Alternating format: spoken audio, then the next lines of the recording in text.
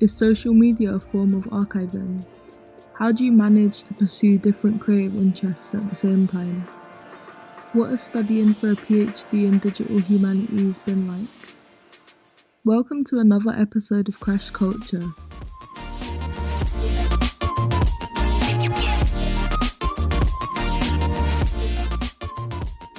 I am Benin, your host. I'm a history student. Joining me today is the eclectic and radiant Rianna Walcott.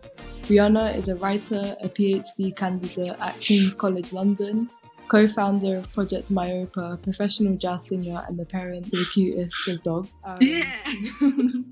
Rianna, thank you so much for joining us today. How are you feeling? Thank you for having me. Yeah, I'm pretty good. I've actually got the dog this weekend, so Incredible. He's napping behind us. Maybe he'll make an appearance later, who knows.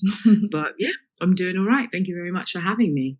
Today's episode is about gender and the heritage sector, where we're going to be talking about Rianna's research of Black women's identity formation in digital spaces and unconventional archival processes. So I think it'd be a good idea and just really helpful for listeners to get a sense of how your journey from writing to academia and music came about. And especially if you feel like academia and music are connected in any way. Yeah, absolutely. So I guess it's funny because I sort of feel like I wear multiple hats in the way that I work right now.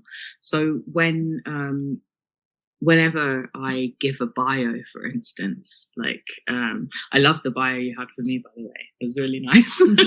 But whenever I give a bio, I always go, okay, and I do this and this and this and this. And they all seem very separate to me. But then I'm often, when I'm doing events like this and so on, I'm often asked to sort of think about the ways in which my work connects to each other, which is really helpful for me because it reminds me that first and foremost that I am a creative. So, it always was to me, like going through school, for instance, it would be like, okay, I will do this academic stuff. And then on the side, I'll have my music. On the side, I'll have X, Y, Z. But it doesn't always work out that way in real life. So, there's the academic work I do, but then there's also the fact that I work in mental health, and I have a forthcoming book, The Colour of Madness, that was previously published a few years ago and will be published again next year. But it's not just a discussion of mental health in BAME communities, it's also a collection of creativity. It's art, it's poetry, it's it's short stories, it's fiction, it's not just one way of looking at mental health and narratives. And I think that has been really key to my research, that research isn't just the cut and standard. There's no such thing as academic distance. There's no such thing as like a narrative or a perspective that doesn't have that doesn't bleed into the work that you're doing. So my research is about Black people and Black women in particular, and I think that my research couldn't be done by anyone but me. And not just because I'm a Black woman, but because the way that I've created this research is so much about me and the way that I live online and and the person that I am and my experiences. There's no way it could have been done by anyone else.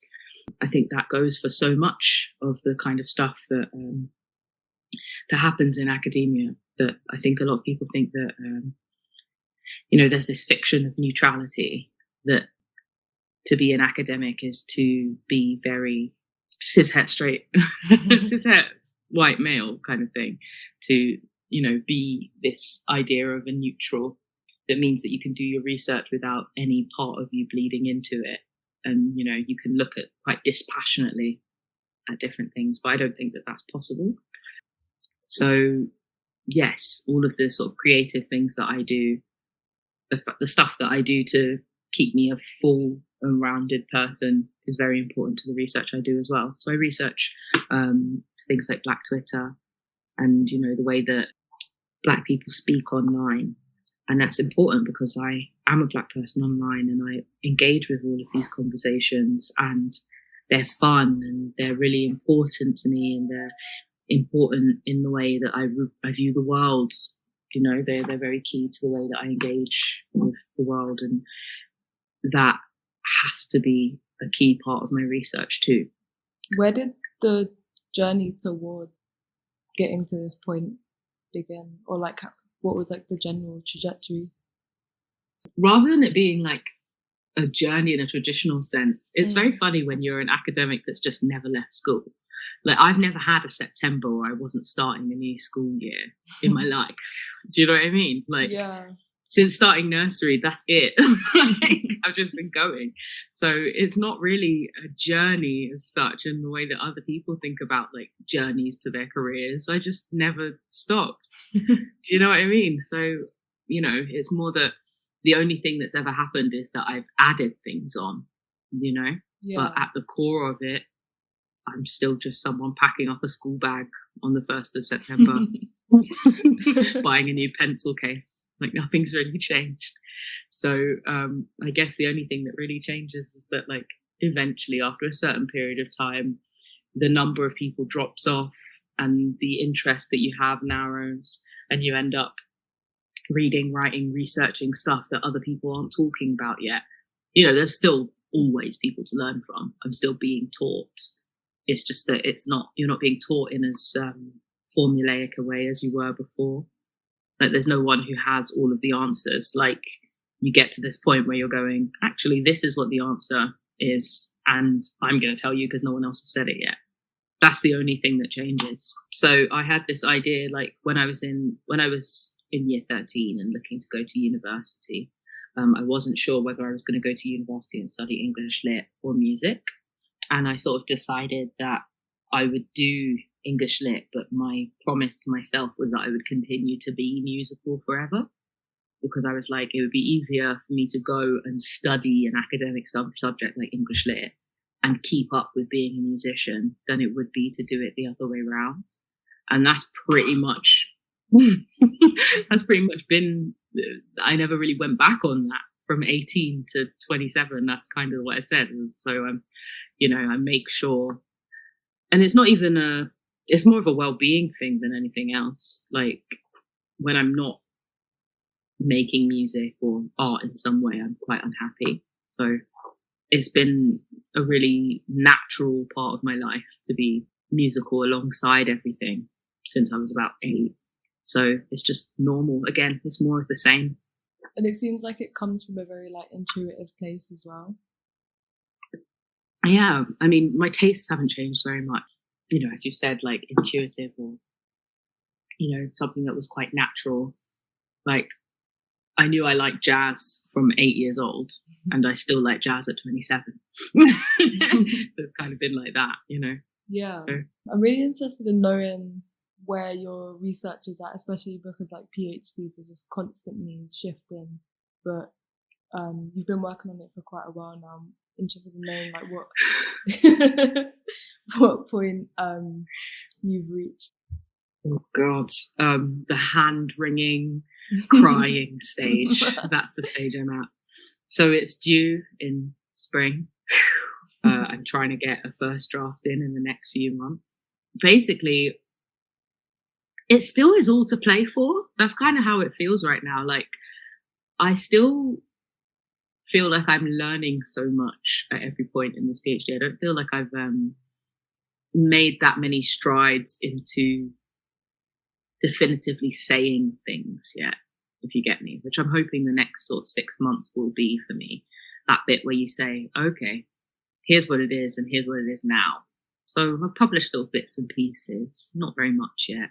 A lot of it's been sort of talking and thinking the bit before writing. The sort of form of my project as well is still, you know, the next month will be where I really turn around and say, okay, it is this and it is not this. This is what I'm doing. But to give you a sort of picture of what that is at the moment, I'm looking at social media. In particular, I'm focusing on Facebook. It's funny because, as you said, I've been doing this for so long now. Back in 2017, when I started, Facebook was dying, but it was not dead. Yeah. And now when I say I'm studying Facebook, I'm like, wow, what a throwback.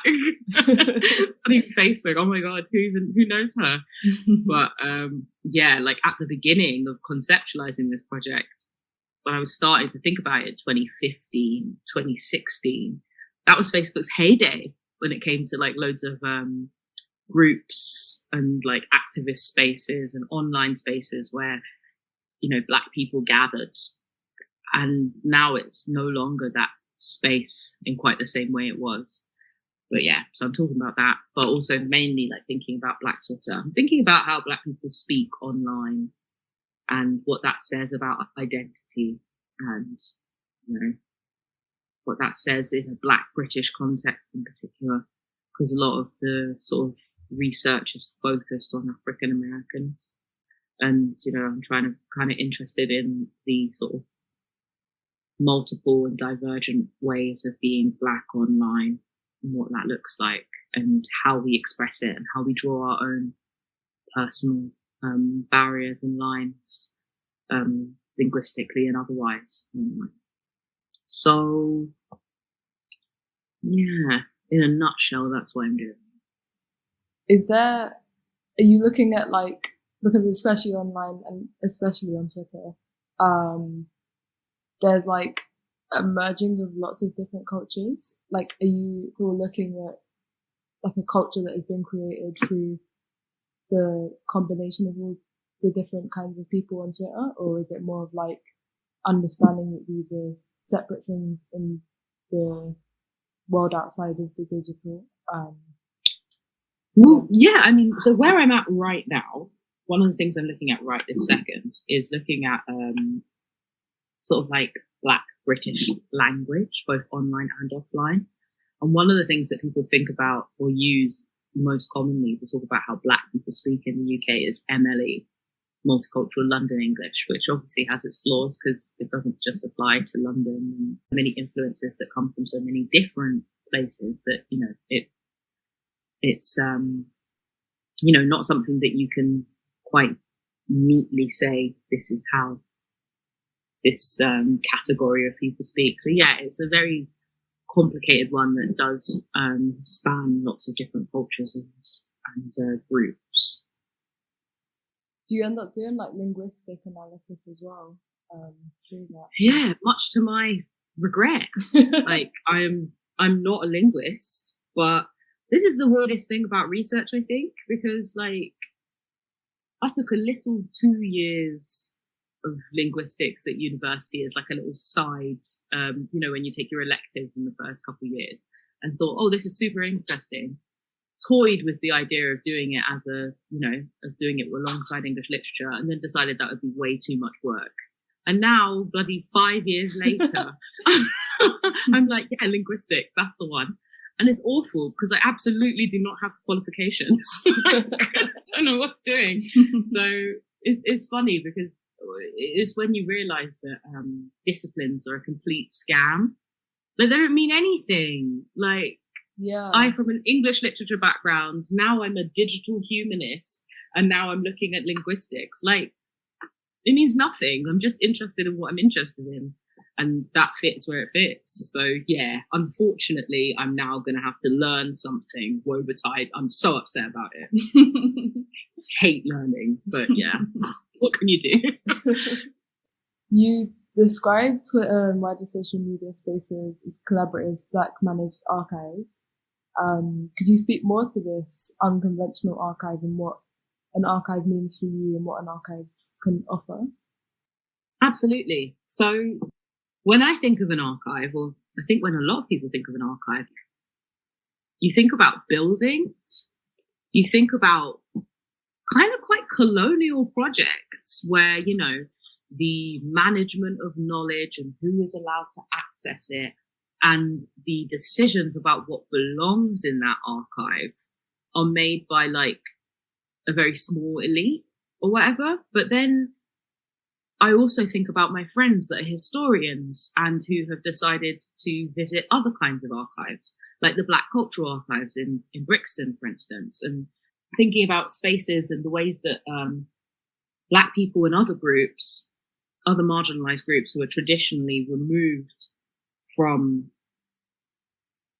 traditional archives, from centers of learning like universities and things like that, have always made their own spaces to ensure that their histories are kept records of, not necessarily in traditional pen and paper ways, but there are certain ways in which marginalized folk ensure that what is meant to be recorded is recorded. So, when I'm thinking about those kinds of archives, which are, I don't want to say non-traditional, because of course they are traditional. They've existed for a very, very long time. But they are they're not the British Library. Yeah. So, I think about these spaces like that, and I think about what Stuart Hall wrote about with the living archive, and the idea that archives are not dead, that they are not things that are fixed, that there are additions that we are continuing to build and maintain and decide what belongs, and everyone makes their own decisions about what is worthy of canonizing as well. That's like a really important part of thinking about decoloniality, deciding who decides what is worthy of study, and that was stuff that I sort of had been caring about for a while because of Project Myopia, thinking about academia and the ways in which we decide what is worthy of study and who's allowed to study it and what spaces it should be studied in and how it's taught. The way that I'm engaging with Twitter and Facebook and social media spaces sort of treats them as archives too. And particularly when it comes to the affordances of the platforms that allow them to function as an archive. There are ways in which the infrastructures of the platform itself allow for you to navigate the space as an archive, to find the things that you need to find and to historicize certain things. And so that seems quite obvious with a space like Facebook. It seems less so with other spaces.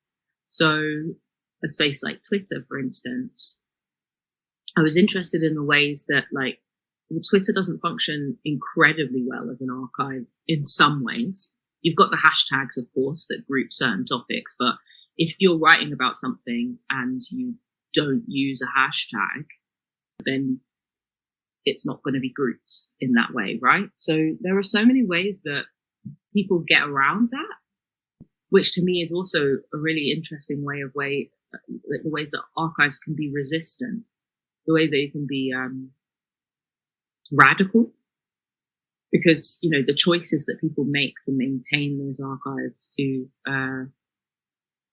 decide what belongs in there and what is kept, is by its own nature like a very sort of radical behavior. So when it comes to a space like Twitter, for instance, and you think about when something happens on Twitter and there's like an event and everyone will be talking about it for maybe a day or 2 days, but it will remain in the public memory, the memory of the Twitter collective for some time after that. Like, certain things will happen on Black Twitter, this space that we understand as a space that exists, where there will be in-jokes that are curated and remembered by the users, even if you weren't part of the joke at the time, just by virtue of being on Twitter at the time the joke was happening and having seen it, you're able to piece together this timeline of events, an archive. And I would argue that that is an archive. So there are certain ways that those things are managed, like tweets can be deleted, but people will take screenshots, or, people will refer back to it. And there's ways in which things are self-referential, where people will quote tweet things that happened months ago, or, people will bookmark tweets and come back to it. Like, anytime someone does something bad on Twitter, or it's mechanisms of accountability also happen with these archives as well, where if someone does something and someone turns around and goes, "This you," as like a reminder of something that they've done a long time before, that is community archive building. That's what I've been toying with lately anyway. Yeah. It's really incredible how platforms that are initially supposed to be just kind of people sharing thoughts have unearthed things like you were saying, accountability processes, and like forms of digital activism and grassroots community building and so on. Yeah. And a lot of it ends up becoming like almost similar to oral history. And I was just wondering, like, do you know of any like preservation processes, or do you even think that like these spaces need to be preserved in a very specific way, or is oral history and collective memory enough? That is such a good question, because I wonder what the benefit of treating Twitter like a traditional archive would be. I think there are certainly mechanisms that people use to capture digital ephemera. So, a good example is just like screenshotting. That is a method of catching ephemera. It can't be deleted if you've got it as a screenshot.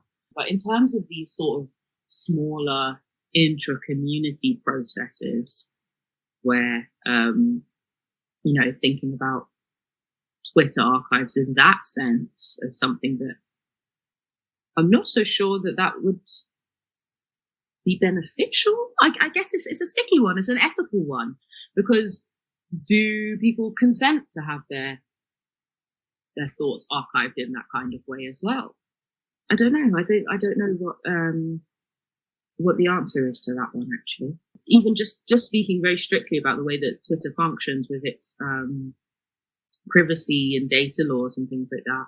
Like, you're allowed to access a certain amount through their API. Like, you're allowed to scrape a certain amount of tweets as a researcher or whatever. But there is a cap on how much you're actually allowed to access anyway. So even Twitter as a site doesn't allow you to capture the whole of Twitter in that way. And also, how do you ensure that you've got everything? Yeah.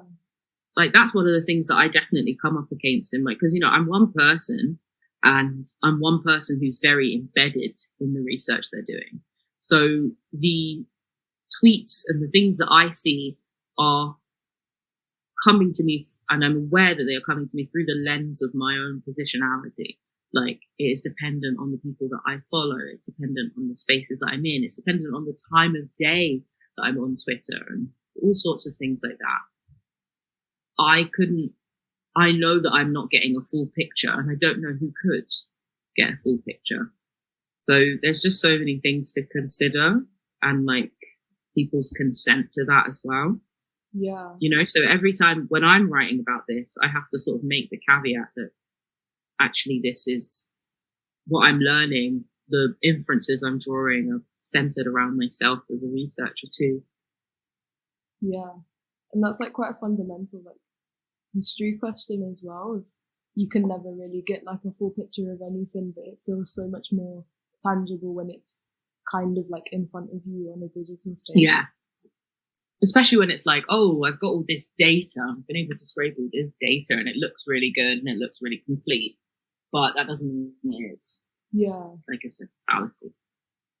I do a bit of theatre criticism, and initially when I started like looking into it and understanding it, I like very quickly got interested in theatre. So most reviews and theatre criticism basically acted as like archives for shows I'd never seen before, and like got like impressions of them. And that's sort of like how I see reviews now. But I was wondering if you see your own like research and analysis of these spaces as like a form of archival spaces. Oh my God. That's a really lovely way to put it, to be honest. But like, I mean, even as you're saying that, I'm thinking about my journey as a researcher and the journey that this research has taken. Like how I mentioned that at the beginning, this was very heavily focused on Facebook. And now the sort of the person I was, the research I was interested in, the stuff I was looking at on Facebook at the time is no longer really exists. So it's almost like that writing is like a little snapshot of the kind of researcher and research and of Facebook at the time. So that's kind of like how I'm going to have to present it as well, that some of the stuff that I am now writing about or that I say has not the same relevancy at this point in time.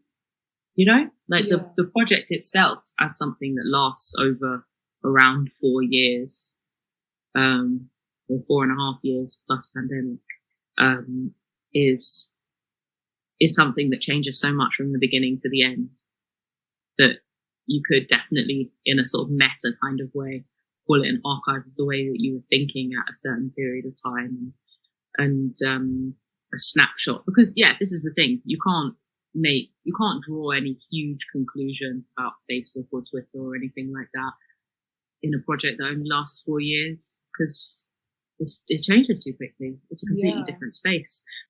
You have to be very aware that your research and the sort of inferences you draw are not universal. And that your stuff not being universal is no surprise when you're a Black researcher anyway. That's not really a problem that I think Black researchers have to work with often, because we're being told all the time that our research isn't universal. It's white researchers. The author of A Kick in the Belly, Stella Dadzi, spoken and written about Black history not being taught as a story of victimhood, which has been really interesting to me in terms of like thinking about as people and the ways their stories are like recorded and retaught. And I was wondering, was when you're reading and thinking about and almost like mapping out these collaborative digital archives, like how important this is for you to think about the ways that you're also writing about it or researching it, and just that process. On a personal level, as a researcher who's dealing with Black lives and Black lives, I don't think that I would have the strength to have all of my work be about Black victimhood and Black sorrow. The only time that I enjoy writing and enjoy doing what I do is when I'm focusing on Black joy. So much funny. Like I want people to read my thesis and laugh. Like every time I write something, I'm always thinking, okay, so is the reader, like, I'm writing for Black readers, first of all. Like everything, I'm writing for people who know what I'm talking about already. And I don't even always notice I'm doing it. One of the pieces of feedback I got on a piece of work I was doing, like a chapter I wrote, was like, you don't actually introduce what you're talking about until like a little while in. So the reviewer said, I knew what you were talking about because like I'm also Black and I saw this happening, but I was wondering if that was intentional. The paper is about in-jokes, and I wrote the paper as an in-joke.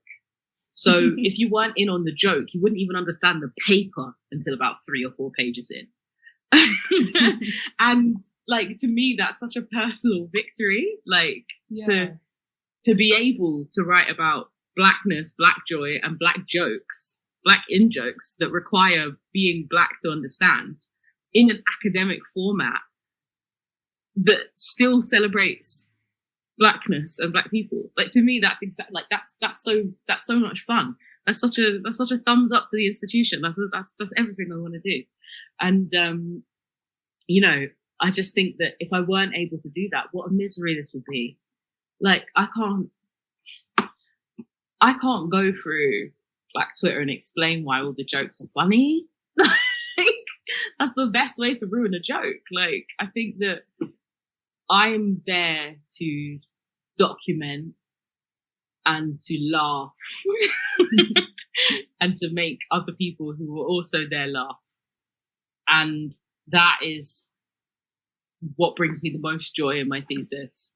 What brings me the least joy is the actual act of writing. But when I get to write something like that, and someone else who was there at the time reads it and laughs and goes, oh shit, I remember that. That was so ridiculous. Then that's what I want to do. I want to take these moments that are considered mundane or unimportant and actually say, well, this is super worthy of study and something really clever is happening here. Here it is. That's the ultimate goal. Yeah, that's brilliant. I think a lot of us dream for a future where academic institutions don't exist. What future do you envision, and how do you see archival work or your research specifically morphing if it exists at all? Well, I completely agree. Yeah, burn down the university. I hate it here, but I think that the work I'm doing will fit just fine in this new future, because it was difficult for me. I'm thinking long and hard before I started this work to think, like, should I be doing it? Am I taking this out of a space where it belongs and bringing it into a space that it was deliberately avoiding? Like, that is what it is to be, on the margins, to be. And I think I don't know where I fell on that, actually. I'm still a bit ambivalent about it all. But, I try to, in making my work so clearly directed to us, for us, by us, about us, that's how I square it with myself. I think that because of the nature of these archives, the fact that they are still going to be there, they're there doing their business, whether I'm writing about them or not. Like, this work is happening and is interesting and is worthy of study, and everyone there is aware of what's happening. Do you know what I mean? It's not something that we don't know we're doing. Yeah. And, to hold these sorts of radical extra archives kind of thing is something that we're all used to doing. I don't think it's out of the question that it would exist elsewhere. Like, to me, the work I do within the university is one of the smallest parts of my work. You know what I mean? Like, the majority of what I do is more invested in stuff like this, stuff like, my sort of mental health work and publishing creatively and things like that. So much of my work and activism is invested in deconstructing the university as it exists right now, and hopefully guiding it to be something better. That, the whole point of it is that this Twitter archive is something that has nothing to do with the university, really. Like, it just so happens that I'm in a university and I'm writing about it. It doesn't really have there's nothing deeper to it than that, I'd say. Yeah. It's been really, really interesting hearing more about your research. Thank you for asking me. It's so easy to just get caught up in your own head about it and, like, forget to talk about it. I don't really talk about it that much. Do you have any, like, final things to say for any current or past or non-mentees who are interested in anything you have done or engaged in? Well, I would say first and foremost to get in touch if you're interested in anything I have done or am doing. I tweet at Rianna_Walcott, and my website is riannawalcott.com. If you're interested in talking about academia or Twitter or just saying hello. So, I think that this kind of work on social media spaces isn't something that a lot of people know you can do, know that you can make a living out of, know that there's an interest and an appetite for. I think a lot of people think that it's just like, faffing around online. And to some extent, yes, I am just faffing around online. I'm incredibly online. But I would love to see this field, this space, be a place that is much more dominated by narratives from marginalized people, narratives from ethnic minorities, and queer people. And it just, at the moment, it isn't that. At the moment, the digital humanities in the UK is very much dominated by people thinking about AI and programming and robots, which is all good. Like, that's fine, yeah. But I don't think that there's enough people doing the kind of work that there are people. There's people like Keisha Bruce. There's Dr. Francesca Saban. There's Temi Lasard Anderson. These people are all my friends, though. And I know we would love to have, more people to have these kinds of discussions, more people thinking about what it is to be young and British and online. And, it would just be such a vibrant field if there were more of us to have these conversations. Because right now, a lot of these conversations are very much happening in the Americas. And we are here, And we are also using social media in our own very distinct way. And I think that there's a lot of room to talk about the people behind it and the work that we do, and to think about it in a way that is, more than trivial, because it's not trivial. It's really interesting.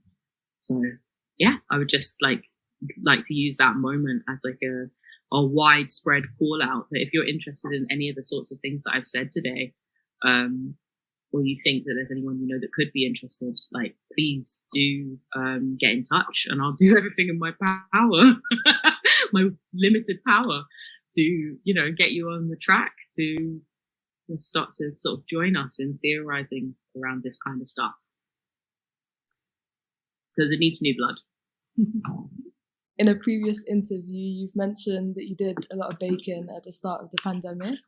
It feels important for the people to know, if you were a dessert, what would you be?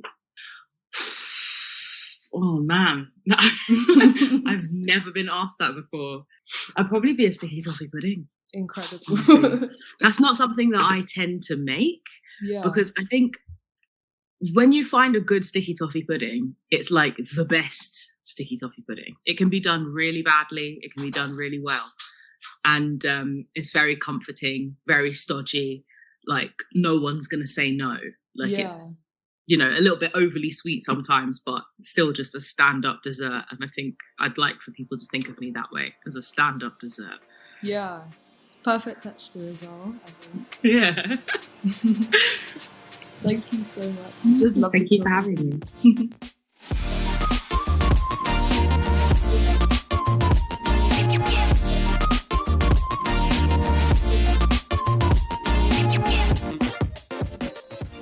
This episode was created by Arts Emergency's Youth Collective, with support from the University of Edinburgh, and thanks goes to Dave O'Brien, Orion Brooke, and of course Rianna Walcott.